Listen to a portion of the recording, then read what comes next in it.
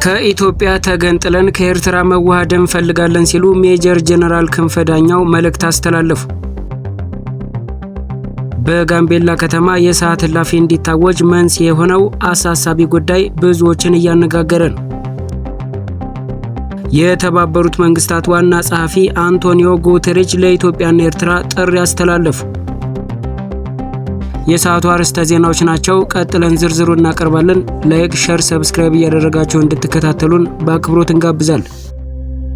ጀነራሉ እንገንጠላሉ። ከኢትዮጵያ ተገንጥለን ከኤርትራ መዋሃድ እንፈልጋለን ሲሉ ሜጀር ጀነራል ክንፈ መልእክታቸውን አስተላለፉ። ለዓመታት በአዲስ አበባ ታስረው የነበሩት የቀድሞው የሜቴክ ኃላፊ ጀነራል ክንፈ ዳኘው ጀነራል ብርሃ ከተሰኘ የበይነመረብ ሚዲያ ጋር ባደረጉት ቃለ መጠይቅ አነጋጋሪ አስተያየት ይዘው ብቅ ብለዋል። ከኢትዮጵያ ተገንጥለን ከኤርትራ መዋሃድ እንፈልጋለን ሲሉ ተደምጠዋል። በአሁኑ ወቅት ወደ ቅድመ ጦርነት ሁኔታ እየተመለሰች ያለችው ትግራይ የኢትዮጵያ መንግስት ቁጥጥር ስር መግባት የለባትም። በትግራይና በኢትዮጵያ መካከል ያለውን ብቸኛ ግንኙነት የፕሪቶሪያ ስምምነት ነው። ከዛ ውጪ ምንም አይነት ማሰሪያ የለም ብለዋል። ትግራይ በአነስተኛ መስዋዕትነት ሀገር መሆን አለባት። የሚፈጸመው በፖለቲካዊ ቁርጠኝነትና በህገ መንግስቱ አንቀጽ 39 መሰረት ነው። የትግራይን ሀገርነት ለማደናቀፍ የሚንቀሳቀስ አካል ካለ ለመመከት ወይም ለኃይል አማራጭ ለመጨረስ መዘጋጀት ያስፈልጋል። ሁሉም ፖለቲካ ኃይሎች ትግራይን ወደ ሀገርነት ለማሸጋገር በጋራ መቆም አለባቸው። የትግራይ ፖለቲካዊ ኃይሎች ጌታቸው ረዳን ጨምሮ በህዝብ ፍላጎት ላይ የተመሰረተ ነው ያሉትን የመገንጠል አጀንዳ እንደሚያቀነቅኑ ይታወቃልም ብለዋል። ስለ አሁናዊ የኢትዮጵያ መንግስት የትግራይና ኤርትራ ውጥረት የተጠየቁት ጀነራሉ ግጭት ከተቀሰቀሰ የውክልና ጦርነት እንደሚሆን ተናግረዋል። በኢትዮጵያና በኤርትራ መንግስት መካከል በባህር በር ጉዳይ ጦርነት የሚቀሰቀስ ከሆነ ሌሎች ኃይሎችን በውክልና የሚያሳትፍ እንደሚሆንም ጠቁመዋል። ጀነራሉ በኢትዮጵያና በኤርትራ መካከል ሊቀሰቀስ ይችላል ያሉትን ጦርነት ትግራይን የውጊያ ማዕከል ሊያደርግ እንደሚችልም ጠቁመዋል። ትግራይ የኤርትራና የኢትዮጵያ የውክልና ጦር ሜዳ እንዳትሆን ከወዲሁ ስልታዊ ዝግጅት ማድረግ እንደሚገባም ጀነራሉ አክለው ገልጸዋል። በጋምቤላ ከተማ የሰዓት እላፊ እንዲታወጅ መንስኤ የሆነው ምንድን ነው? ብሔራዊ የሰብአዊ መብት ተሟጋች ተቋም የሆነው የኢትዮጵያ ሰብአዊ መብቶች ኮሚሽን ኢሰመኮ በጋምቤላ ክልል በተደጋጋሚ የሚከሰቱ ግጭቶች አሳሳቢ መሆናቸውን በተለያየ ጊዜ በሚያወጣቸው መግለጫዎችና ሪፖርቶች ሲገልጽ ቆይቷል። የኮሚሽኑ የስራ ኃላፊዎች ከ3 ሳምንታት በፊት በክልሉ የስራ ጉብኝት ባደረጉበት ወቅት ይኸው ጉዳይ ተነስቶ ነበር። የኢሰመኮ ዋና ኮሚሽነር አቶ ብርሃኑ አዴሎ ከጋምቤላ ክልል ርዕሰ መስተዳድር ጋር አለሚቱ ኡሙድና ከሌሎች የስራ ኃላፊዎች ጋር በነበራቸው ውይይት በክልሉ አልፎ አልፎ ይከሰታሉ ያሏቸው ግጭቶችና ጥቃቶችን ለማስቀረት ጠንካራ የቅድመ መከላከል ስራ እንዲሰራ ጠይቀው ነበር። ኮሚሽነሩ ወደ አዲስ አበባ ከተመለሱ አንድ ወር ባልሞላ ጊዜ ውስጥ በክልሉ በተፈጸመ ጥቃት ሳቢያ በጋምቤላ ከተማ የሰዓት እላፊ ገደብ ተጥሏል። የክልሉ መንግስት መቀመጫው በሆነችው የጋምቤላ ከተማ ከምሽቱ 1 ሰዓት በኋላ በሚደረግ የተሽከርካሪና የሰው እንቅስቃሴ ላይ ክልከላ የተጣለው ከትናንት በስቲያ ማክሰኞ ህዳር 30 2018 ዓ.ም ነው። የጋምቤላ ከተማ አስተዳደር ከጸጥታ አካላት ውጪ በሚደረግ ማንኛውም እንቅስቃሴ ላይ ገደብ የጣለው በወቅታዊ የጸጥታ ሁኔታ ምክንያት እንደሆነም አስታውቋል። ሚዲያ በትናንትናው ዕለት ያነጋገራቸው በክልሉ በቢሮ ኃላፊነት ላይ የሚገኙ የጋምቤላ ነዋሪ በከተማይቱ ባለው የጸጥታ መደፍረስ ምክንያት እርሳቸው በሚገኙበት አካባቢ ትምህርት ቤቶችና ባንኮች ዝግ መሆናቸውን ተናግረዋል። የሰዎች እንቅስቃሴ ሙሉ ለሙሉ ባይቆምም በከተማዋ የመኪና እንቅስቃሴ እንደቀነሰም አስረድተዋል። እኚሁ ግለሰብ እርሳቸው በሚሰሩበት የመንግስት ተቋም ስራ ላይ እንደነበሩ ቢገልጹም የመንግስት ሰራተኛ የሆኑት ሌላኛው የጋምቤላ ከተማ ነዋሪ ግን በትናንትናው ዕለት በስራ ገበታቸው ላይ እንዳልተገኙ እናም ልጆቻቸውንም ወደ ትምህርት ቤት እንዳላኩ ተናግረዋል።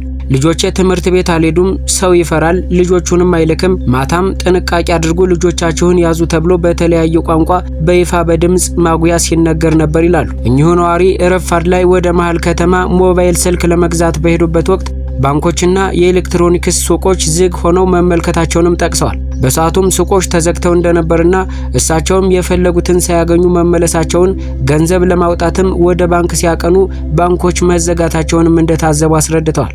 ሆኖም ሽንኩርት፣ አትክልቶችና የምግብ ግብዓቶችን የሚሸጡ ሱቆች አንድ በር ከፍተው ሲሸጡ እንደነበር መመልከታቸውንም አክለዋል። በከተማው በሚገኙ ሆስፒታል የሚሰሩ የጤና ባለሙያ እስከ ትናንት ረፋዱ 5 ሰዓት ድረስ በከተማው መሃል የነበሩ ባንኮችና ሱቆች ዝግ እንደነበሩ የዓይን እማኞች መረጃ ሰጥተዋል። የጋምቤላ ከተማ አስተዳደር ከከተማይቱ አጠቃላይ አመራሮች ጋር ትናንትናና ዛሬ ባደረገው ውይይት የንግድና ሌሎች አገልግሎቶች ሰጪ ተቋማት ክፍት ሆነው አገልግሎት መስጠት እንዲጀምሩ አሳስበው ነበር።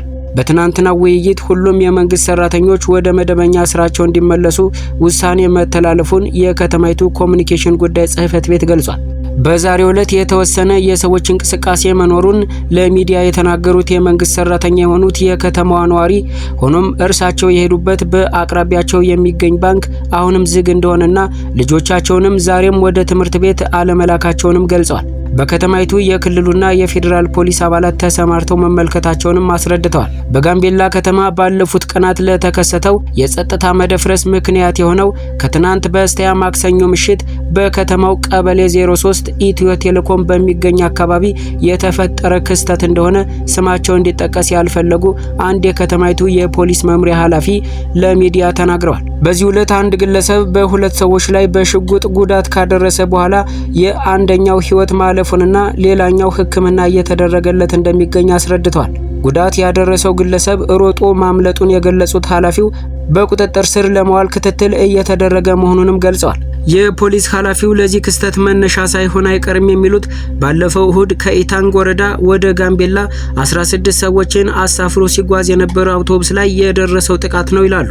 የክልሉ ፖሊስ ኮሚሽኑ ይህንን ክስተት በተመለከተ ባወጣው መግለጫ አውቶቡሱ ታርፓም የሚባል ቦታ ላይ ሲደርስ ተሳፋሪዎችን ወደ ሌላ አውቶቡስ በማዘዋወር ላይ ያለ ጥቃት እንደደረሰም ገልጾ ነበር።